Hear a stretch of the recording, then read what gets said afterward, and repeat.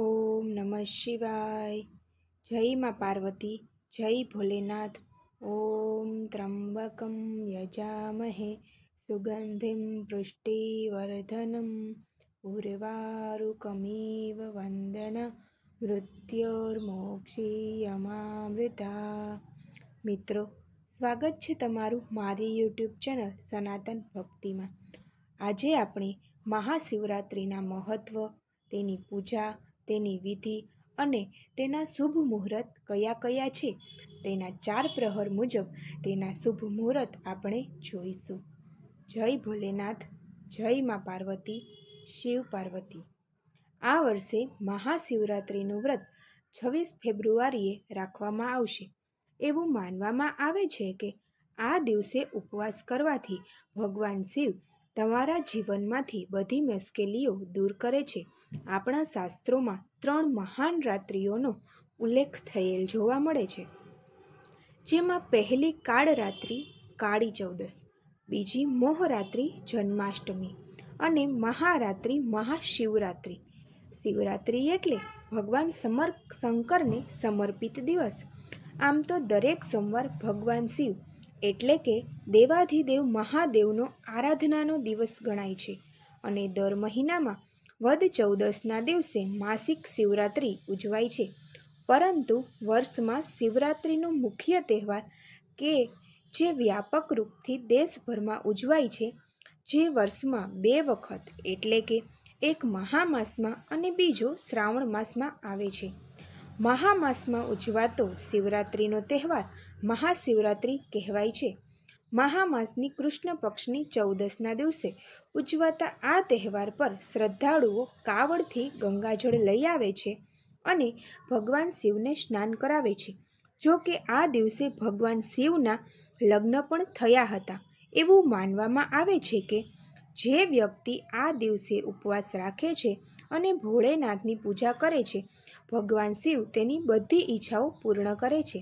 મિત્રો, તમને જણાવી દઈએ કે આ વર્ષે મહાશિવરાત્રિનો તહેવાર 26 ફેબ્રુઆરીએ ઉજવવામાં આવશે. ચાલો જાણીએ 4 પ્રહરની પૂજાનો સમય અને તારીખ. મહાશિવરાત્રિ 2025ની તિથિ.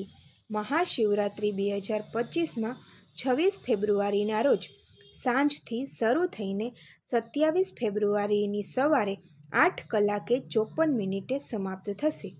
વૈદિક કેલેન્ડર અનુસાર ફાલ્ગુન કૃષ્ણ ચતુર્દશી તિથિ 26 ફેબ્રુઆરીના રોજ સવારે 11 કલાકથી 8 મિનિટે શરૂ થાય છે અને 27 ફેબ્રુઆરીના રોજ સવારે 8 કલાકને 54 મિનિટે પૂર્ણ થાય છે. જલાભિષેક માટેનો શુભ મુહૂર્ત. મહાશિવરાત્રિના દિવસે શિવલિંગ પર જલાભિષેક એટલે જળ અર્પણ કરવું ખૂબ જ શુભ માનવામાં આવે છે. આ દિવસે આચાર્ય અને તંત્રશાસ્ત્ર અનુસાર શુભ મુહૂર્તમાં જલાભિષેક કરવાનું ખાસ મહત્વ છે. સવાર માટે 6 કલાકથી 47 મિનિટથી 9 કલાકથી 42 મિનિટ, મધ્યાહન માટે 11 કલાકને 6 મિનિટથી 12 કલાકથી 35 મિનિટ સુધી, સાંજ માટે 3 કલાકથી 25 મિનિટથી 6 કલાકથી 8 મિનિટ સુધી, રાત માટે 8 કલાકે 54 મિનિટથી 12 કલાકે 1 મિનિટ સુધી. રાત્રિના 4 પ્રહર માટે શુભ સમય. મહાશિવરાત્રિના દિવસમાં 4 પ્રહર મહત્વપૂર્ણ હોય છે. આ 4 પ્રહર દરમિયાન ભગવાન શિવની પૂજા કરવાથી ખાસ ફળ મળી શકે છે. પ્રહર 1 સાંજનું 6 કલાકે 18 મિનિટથી 9 કલાકે 25 મિનિટ સુધી.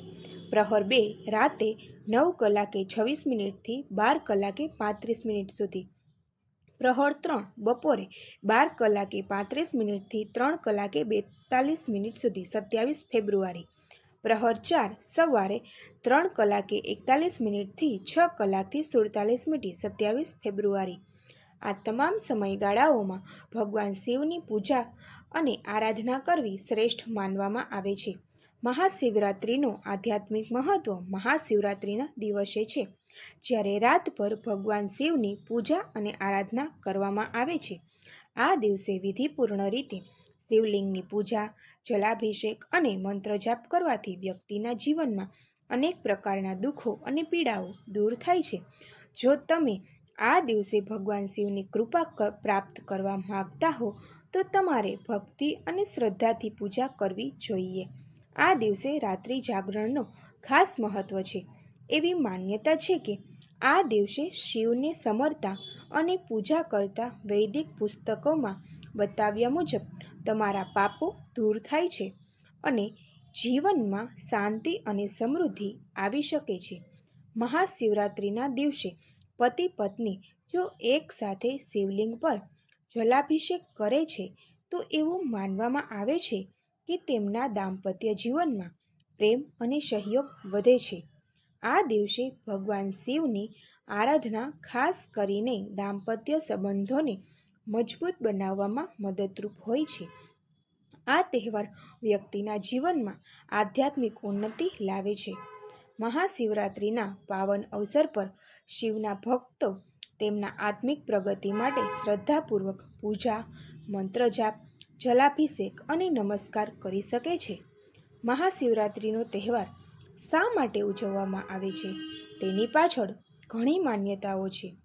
પુરાણ, વેદ અને શાસ્ત્રોમાં ભગવાન શિવ મહાકાળના મહાત્મયને ઉલ્લેખવામાં આવ્યો છે. ભગવાન શિવ હિન્દુ સંસ્કૃતિના પ્રણેતા આદિદેવ મહાદેવ છે.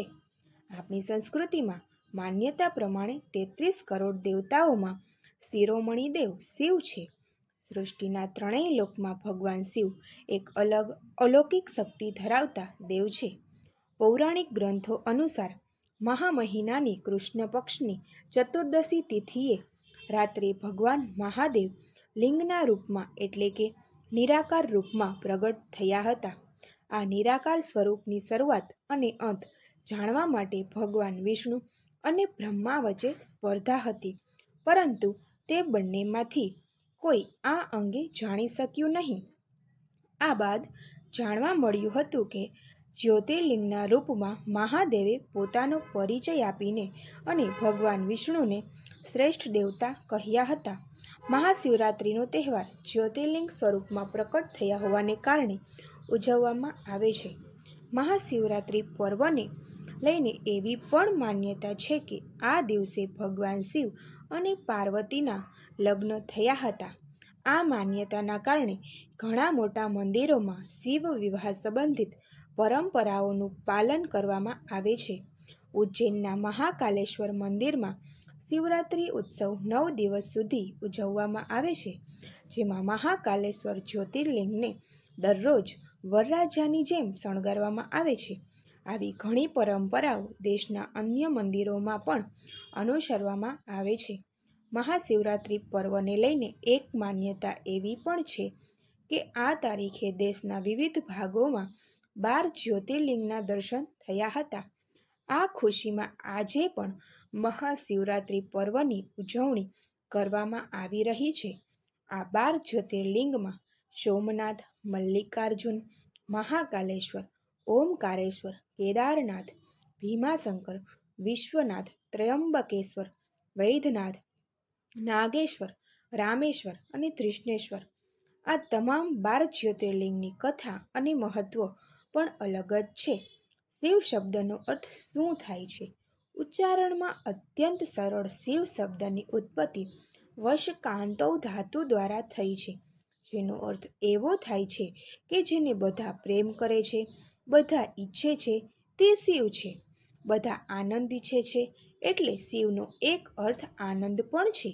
ભગવાન શિવનું એક નામ શંકર પણ છે, જેનો અર્થ છે આનંદ કરનાર, એટલે આનંદ આપનાર જ શંકર છે. શિવરાત્રિ સાથે જોડાયેલી માન્યતાઓ નામથી જ સમજી શકાય છે કે શિવરાત્રિ રાતનું વ્રત છે. આ રાતના ચારેય પ્રહરમાં જાગરણ કરીને શિવજીની પૂજા કરનાર ભક્તને ભગવાન ભોળાનાથની કૃપા મળે છે. માન્યતા છે કે આ રાત્રે શિવજી અને માતા પાર્વતી એકસાથે ભ્રમણ પર જાય છે. મહાશિવરાત્રિ વ્રત કરનાર વ્યક્તિ ઉપર તેમની ખાસ કૃપા રહે છે. જય ભોલેનાથ, જય મા પાર્વતી, શિવ પાર્વતી. મિત્રો, મહાશિવરાત્રિ પર ભગવાન શિવ અને માતા પાર્વતીનું વ્રત કરવાથી બધાના દુઃખ કષ્ટ ભગવાન શિવ હરી લે છે. મિત્રો, જો તમે પણ મહાશિવરાત્રિનું વ્રત કરો, તો ભગવાનની કૃપા તમારા પર દરરોજ વરસતી રહે છે. મિત્રો, તમને મારો આ વિડીયો પસંદ પડ્યો હોય તો લાઈક કરજો, શેર કરજો ને સબસ્ક્રાઈબ કરજો.